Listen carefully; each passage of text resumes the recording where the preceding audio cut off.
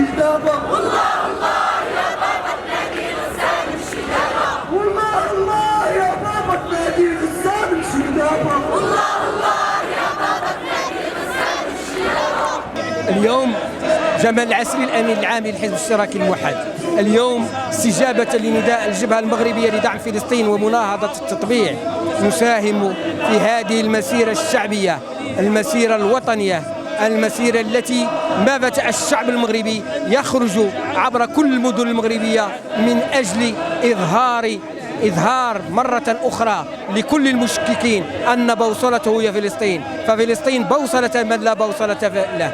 وعندما نرفع الشعار نسمع اليوم شعار فلسطين أمانة والتطبيع خيانة، إنما فلسطين تعني الحياة، فلسطين تعني المقاومة، فلسطين تعني الكفاح، فلسطين تعني الإنسانية. أما التطبيع فيعني الصمت على التقتيل، الصمت على جرائم الإبادة، وهي إبادة حقيقية وليست مجازا. اليوم صرنا 19,000 طفل قتيل شهيد ومثلهم من الشهداء من النساء. ما معنى قتل الأطفال؟ ما معنى قتل النساء وتدمير المستشفيات؟ معناه شيء واحد، أنهم يحاولون إبادة هذا الشعب. سنظل دوما مع هذا الشعب الفلسطيني مطالبين النظام المغربي بإسقاط التطبيع، لأن التطبيع هو تواطؤ وهو مشاركة فعلية في عملية الإبادة، لا للتطبيع، لا لكل أشكال التطبيع. عاشت فلسطين، عاشت الإنسانية، عاشت الحياة.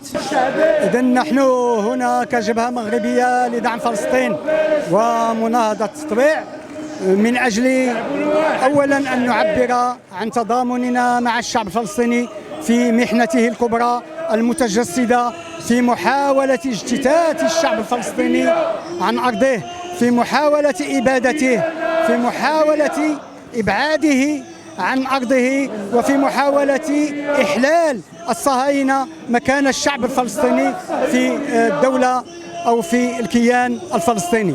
نحن إذن هنا ثانيا من أجل أن نعبر عن إدانتنا للتطبيع بين الدولة المغربية والكيان الصهيوني.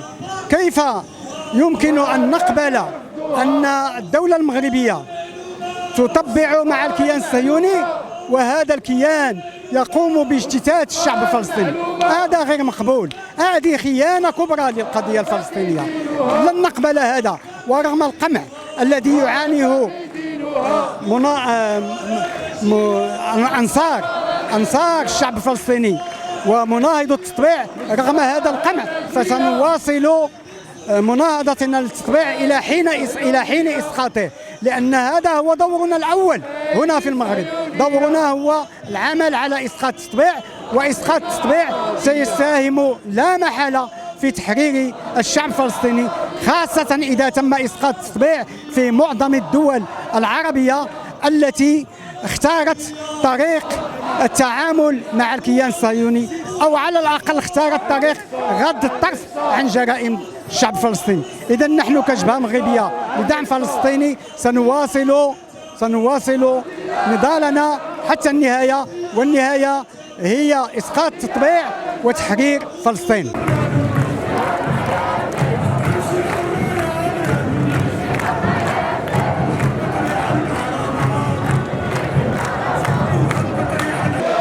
محمد الوافي، عضو السكرتيرية الوطنية للجبهة المغربية لدعم فلسطين ومناهضة التطبيع.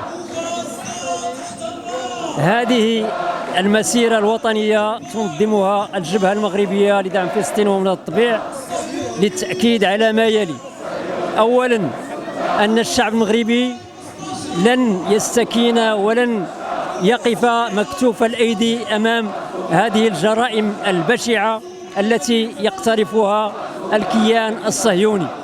ثانيا، ندين صمت المنتظم الدولي أمام بشاعة هذه المحرقة في حق سكان غزة، والتي راح ضحيتها بشكل خاص أغلبية الأطفال والنساء. ثانيا، ندين الشراكة ديال الإدارة الأمريكية في هذه الحرب القذرة، وهي مشاركة في الإبادة الجماعية التي يتعرض لها الشعب الفلسطيني. في نفس الوقت ندين صمت الأنظمة العربية التي لم تحرك ساكنا أمام ما يتعرضه الشعب الفلسطيني من محرقة في غزة، وكذلك يعني العديد من الاختراقات التي يقوم بها المستوطنون في باحة غزة، وفي نفس الوقت الجرائم التي ترتكب في الضفة الغربية. وأخيرا وليس أخيرا نريد أن نؤكد على أن النظام المغربي يتمادى في التطبيع، وحان الوقت أن يعمل على فسخ الاتفاق مع الكيان الصهيوني، لأن هذه الجرائم السكوت عنها واستمرار التطبيع يعتبر بمثابة المشاركة في هذه الجرائم. وستستمر الجبهة المغربية لدعم فلسطين ومن التطبيع في نضالها إلى أن يتم توقيف هذه المجازر، وفي نفس الوقت الاستمرار من أجل حق الشعب الفلسطيني في حق تقرير مصيره وبناء دولة مستقلة وعاصمة القدس.